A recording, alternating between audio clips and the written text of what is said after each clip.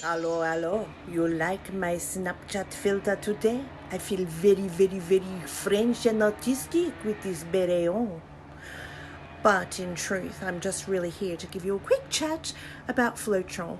Floetrol is a terrific pouring medium that we're all using all over the world. And if you're just starting off with your pouring journey, well, you'll find a few little tips that are helpful in this video on how to keep your floetrol and a little bit more about floetrol.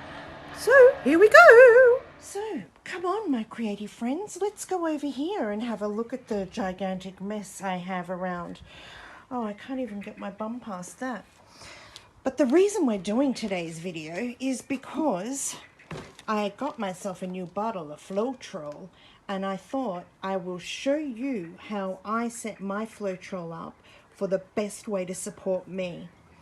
A 4-litre bottle of floetrol, which if you're in the US is just under a gallon, will last me about 2 to 3 weeks. And it's not to say that I'll pour it all, but more often than not, I'll mix it all.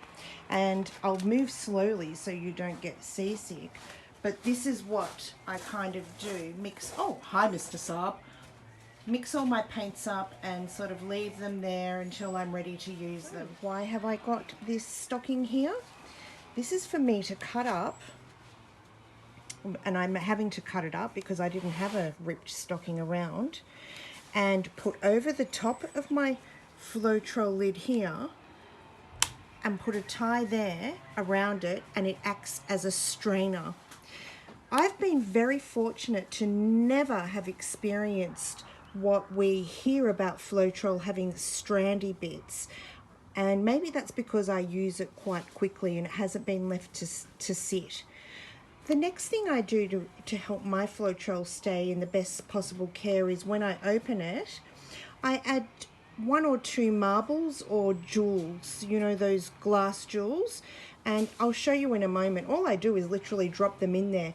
And it just helps with the tipping before you're going to use it and pour it out to get stuff that might be sitting at the bottom of your container up and through the mixture, and that way you get your best outcomes and best usage from your floetrol.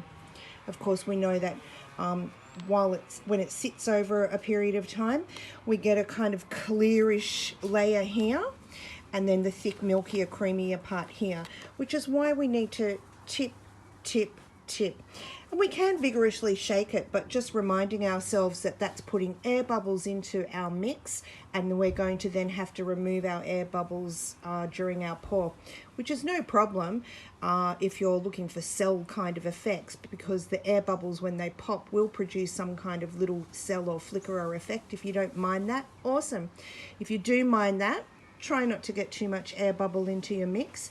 And the next thing you could do is, if you do get air bubble in your mix, is just let your mix sit for 24 hours so those air bubbles can rise and hop out of your mix. Hi, I'm back. I've got this just so you can hear this. I put one of these jewels that I get from the $2 shop, you know, the glass jewels or marbles, into the bottom of all my bottles, and I don't really shake usually like that when I'm just about to pour up. I just do a tilt like this, and that marble helps mix everything up nicely and evenly without having to over shake. And the same principle goes with your floetrol. So because this is 4 litres, I'm adding 4 marbles or 4 stones so that it's got, you know, some weighting and the ability for these to move through this product and help it keep stirred up without us having to shake it vigorously like this. This hasn't been opened yet, but I am going to give it the tilt. Or maybe I shouldn't have. Let's see if this has been sitting. Like, I got this from the hardware, Australians know, Bunnings, just half an hour ago.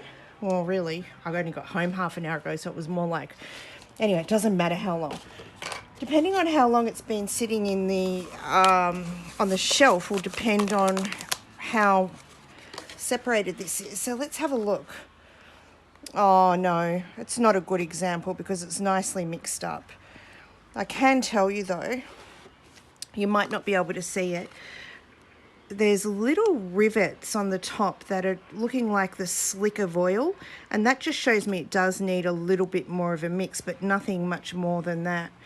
So unfortunately, you don't get to see what it's like when it has separated. But I do believe it has to have sat there for quite some time in order for the separation to take place. So in mine go 1, 2, 3, 4. I did give them a little polish up on my pants before, just to make sure I wasn't going to be adding any dust into there.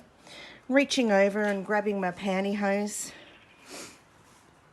And I've never heard of black pantyhose staining the floetrol or changing the colour. It's not to say it wouldn't if it was sitting there for a long period of time, but then how could it do that? Because it's not actually touching it. But anyway, I don't believe that I hold on to my floetrol long enough for that to really be an issue. Okay, so I've cut my pantyhose, just 99-cent ones, and I'm only going to use one of these. If I put this over and it was 2, it just takes longer, 2 layers of the pantyhose, it just takes longer for the floetrol to pour through. And just cut it like that.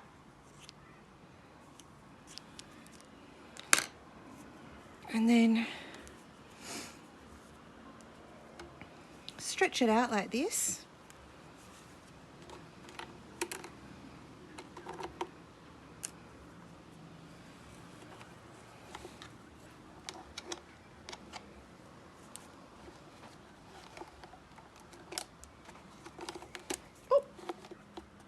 You know, it's always going to look onco when you're doing it on video. It doesn't matter how often you use video, you still kind of get more conscious of someone watching you because, well, someone is, isn't it? And that someone is you today. How is your day going? I hope it's going good. So see that? It's a nice little strainer now. And then I just pull my elastic band nicely all the way down. And I can kind of pull the stocking through so that there's no little bulges of that, and get my lid and store it as such. Now when you first do your first pour of your floetrol out into a container, so we'll give this a tilt because it's out of habit, open it up.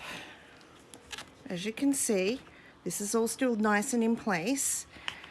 See that the filter is nice and wet. And it takes a bit for it to come through to begin with, but as soon as it's wet, it just follows through.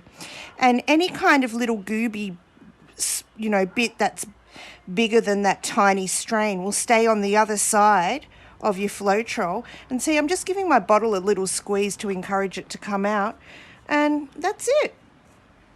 You can see that I've got a little bit of a dribble here.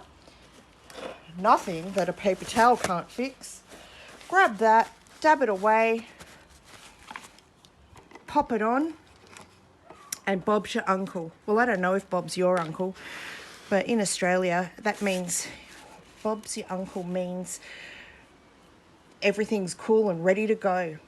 All right, so everything's cool and ready to go, and I'm just about to go and mix up my floetrol with paint. One more thing, because haven't I always got something extra to say?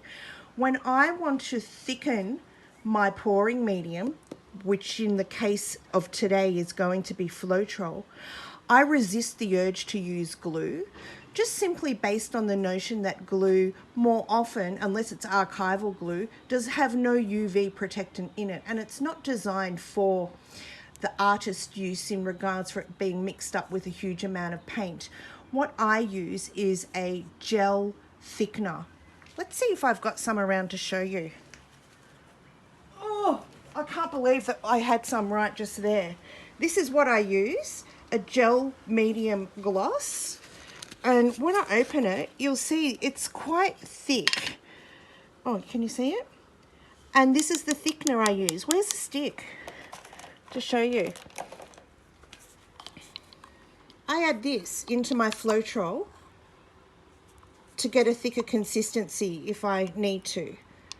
Remember, you can always get a thicker consistency by using less pouring medium into your paint, or by starting off with an impasto paint, which is a thicker kind of paint, and slowly blending that up.